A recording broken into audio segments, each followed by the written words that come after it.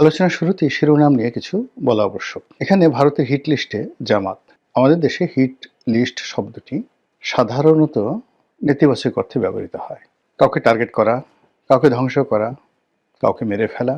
সাধারণত এ সকল বিষয় বোঝানোর জন্য সংবাদপত্রগুলো সাধারণত হিট লিস্ট শব্দটি ব্যবহার করে। কার্যত হিট লিস্ট শব্দটি মূলত কাউকে গুরুত্ব সহকারে বিবেচনা করা, কারোর সঙ্গে সম্পর্ক স্থাপন করা এবং কাউকে একেবারে জোরাজুরি করে তার সঙ্গে একটি সম্পর্ক স্থাপন করার নামও অনেক ক্ষেত্রে হিট লিস্ট হয়ে যায়। তো সেই অর্থে দিল্লির সঙ্গে, ভারতের সঙ্গে, নরেন্দ্র মোদীর সঙ্গে বর্তমান জামাতের সম্পর্কের যে একটা নতুন দ্বার উন্মোচিত হয়েছে, এটি বোঝানোর জন্য আমি মূলত এই হিট লিস্ট শব্দটি ব্যবহার করেছি। আজ থেকে বহু বছর আগে আমার যতটা মনে পড়ে, যখন কাদের মোল্লার ফাঁসি নিয়ে খুব আলাপ আলোচনা হচ্ছিল, ঠিক ওই সময়টাতে আমি একটা পত্রিকা বের করতাম, অনলাইন পত্রিকা, যেটির নাম ছিল dnews.com, মানে differentnews.com। 2011-12 সনে যারা পাঠক ছিলেন তারা জানতেন যে এটি ওই সময়টাতে খুবই জনপ্রিয় একটি অনলাইন মাধ্যম ছিল এবং অ্যালেক্সাতে র্যাঙ্কিংয়ে এটি প্রথম 5টি শীর্ষ সংবাদপত্রের মধ্যে আমার এই পত্রিকাটি ছিল। তো সেই পত্রিকাতে প্রায় প্রতিদিনই এই চমকপ্রদ নিউজগুলো আমি দিতাম। তখন একবার একটা নিউজ করেছিলাম যে জামাতের নেতাদের যে যুদ্ধ অপরাধের বিচার হচ্ছে, এই বিচার প্রক্রিয়া প্রভাবিত করার জন্য জামাত সারা দুনিয়াতে লবিস্ট নিয়োগ করেছে এবং ভারতেও তাদের লবিস্ট নিয়োগ করা হয়েছে। তো এটা যখন ছাপা হলো, একেবারে হই হই রই রই কাণ্ড চারিদিকে। কেউ বিপক্ষে বললেন, কেউ পক্ষে বললেন। যারা পক্ষে বললেন তাদের বক্তব্য ছিল যে জামাতের সঙ্গে ইন্ডিয়ার সম্পর্ক হতে পারে, জামাতের পক্ষে সবকিছু সম্ভব। আবার অন্যদিকে যারা বিপক্ষে তারা সেই চিরাচরিত ভাষায় গালাগাল, এবং অবাকের ব্যাপার হলো যে জামাতের লোকজন এখন যত চমৎকার ভাষায় গালাগাল করতে পারে, অশ্লীল অশ্রাব্যতায় তারা বিশ্ব রেকর্ড তৈরি করে ফেলেছে, ঠিক এতটা দক্ষতা তখনও হয়নি 2011-12 সনে। কিন্তু তারপরেও তারা ওই সময় গালাগাল দিত। আমার একটা ইউটিউবে আমার একটা ভিডিও আপলোড হয়েছিল, পার্লামেন্টে জামাত বিরোধী একটা বক্তব্য দিয়েছিলাম। সেই বক্তব্যটার কমেন্টে গিয়ে আপনি দেখতে পারবেন যে ওই সময়টিতে জামাতরা কিভাবে গালাগাল করত। একদিকে তাদের বা আমি যে সময়টাতে ফাঁসি তখনও হয়নি, জামাতের বিচার প্রক্রিয়া শুরু হয়নি, পার্লামেন্টে আমার প্রথম বক্তব্যর মধ্যেই 2009 বা 10 সনের প্রথম দিকে আমি ভাষণটা দিয়েছিলাম। কিন্তু আজকের জামাতের যে গালাগাল বা যা কিছু, ওটা 2009-10 সনে কেমন ছিল তখন ওই ভিডিওটা দেখলেই আপনারা বুঝতে পারবেন।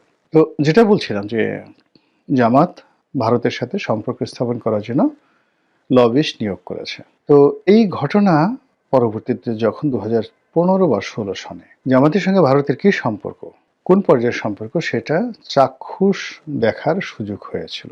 আমি শুধু এতটুকু বললাম, জামাত এই যুদ্ধাপরাধীদের যে বিচার, সেই বিচার প্রক্রিয়াতে ভারতের সহযোগিতার জন্য তাদের বড় বড় নেতাদেরকে এই যুদ্ধাপরাধের দায় থেকে মুক্ত করার জন্য করেনি এহেন চেষ্টা নেই। কিন্তু জিনিসগুলো কাঁচা হাতে তখন হ্যান্ডেল হয়েছে। আমেরিকাতে যারা বিনিয়োগ করেছে বা ভারতে যে সমস্ত কর্তাদের সাথে জামাতের যে সকল স্তরের নেতারা দেখা সাক্ষাৎ করেছে, সেখানে পারস্পরিক যে হ্যান্ডেলিংটা ভালো মতো হয়নি। আমি এরকম একটা দুটো ঘটনা জানি যেখানে ভালো মতো হ্যান্ডেলিং হলে পরিস্থিতি ভিন্নতর হতে পারত। এনিওয়ে, তো এখন যেটা বললাম যে জামাতের রাজনীতির বাংলাদেশে প্রথম থেকেই মূলধন হলো ভারত বিরোধিতা। তো সেই ভারত বিরোধিতা করে তারা রাজনীতি করে আসছে। কিন্তু আমাদের দেশের রাজনীতির দুটো প্রকৃতি রয়েছে। আপনি যদি রাজপথে লড়াই করতে চান, সংগ্রাম করতে চান, আন্দোলন করতে চান, তাহলে জনপ্রিয়তা পাওয়ার জন্য ভারত বিরোধী বক্তব্য একেবারে মুড়ি মুরকির মতো আপনি খাওয়াতে পারবেন লোকজনকে। তারপর আমেরিকার বিরুদ্ধে আপনি বক্তব্য দিয়ে, সাম্রাজ্যবাদী বিরুদ্ধে বক্তব্য দিয়ে আপনি মাঠ গরম করতে পারবেন। কিন্তু যেই মুহূর্তে আপনি ক্ষমতায় যাবেন, বা আপনি যদি সত্যিকার অর্থে ক্ষমতায় যেতে চান, যে কোনো মূল্যে আপনাকে ভারতের সঙ্গে এবং আমেরিকার সঙ্গে সম্পর্ক রক্ষা করতে হবে। 50-এর দশক থেকে, মানে দ্বিতীয় বিশ্বযুদ্ধের পরে যখন লিগ অফ নেশন বন্ধ হয়ে আবার জাতিসংঘ প্রতিষ্ঠিত হলো, তখন থেকেই পাকিস্তানের জন্য এবং পূর্ববঙ্গের জন্য আমেরিকা অপরিহার্য হয়ে পড়ল। একই সঙ্গে ভারতের সঙ্গে বিরোধিতা অপরিহার্য হয়ে পড়ল বটে, কিন্তু 1971 সনের মুক্তিযুদ্ধের পর ভারতের সঙ্গে সম্পর্কটা আমাদের জন্য অনিবার্য হয়ে পড়েছে।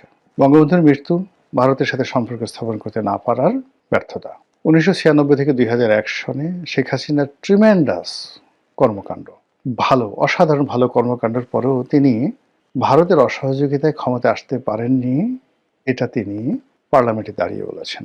তারপর সেন্ট মার্টিন আমেরিকা চাচ্ছে বাংলাদেশের কাছে, এটা বাংলাদেশ দিতে পারেনি বা শেখ হাসিনা দিতে পারেনি, এজন্য তাকে চলে যেতে হয়েছে বা চলে যেতে হবে।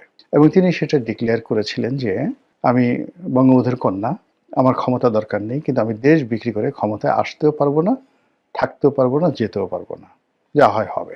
তো এখন এই যে গত 10 মাসের যে বাস্তবতা, তার আগে আরো 7 মাসের বাস্তবতা, অর্থাৎ আগস্ট মাস থেকে আজ অবধি প্রায় 17 মাস হয়ে গেল। এই 17 মাসের যে রাজনীতি, এখানে আওয়ামী লীগ খুব ভালো করে বুঝে গেছে যে তাদের কি ভুলগুলো হয়েছিল। বিএনপি ঘুরে দাঁড়ানোর চেষ্টা করছে, জামাত ঘুরে দাঁড়ানোর চেষ্টা করছে, আর বর্তমান সরকার তারা হাড়ে হাড়ে অনুভব করছে যে ব্যর্থতাটা কোন পর্যায়ে পৌঁছে গেছে এবং এখান থেকে আসলে ঘুরে দাঁড়ানো সম্ভব কিনা সেটা নিয়েও তারা গবেষণা করছে। তো সেই অবস্থাতে রাজনৈতিক দলগুলোর একটা ভিন্ন ভিন্ন কৌশল থাকে।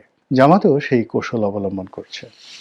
তাদের সঙ্গে পাকিস্তানের ঐতিহাসিক সম্পর্ক, তুরস্কের সঙ্গে কৌশলগত সম্পর্ক, সৌদি আরবের সঙ্গে কৌশলগত সম্পর্ক, এই সম্পর্কটি হয়তো অর্থনৈতিকভাবে কিংবা তাদের যে নীতিগত যে সকল সিদ্ধান্ত রয়েছে বা তাদের যাকে বলা হয় অ্যামিউজমেন্ট, সেই পলিটিক্যাল অ্যামিউজমেন্ট, রাজনীতির যে বিনোদন, সেই বিনোদনের জন্য এ সকল রাষ্ট্রের সাথে সম্পর্ক হয়তো কাজে লাগবে।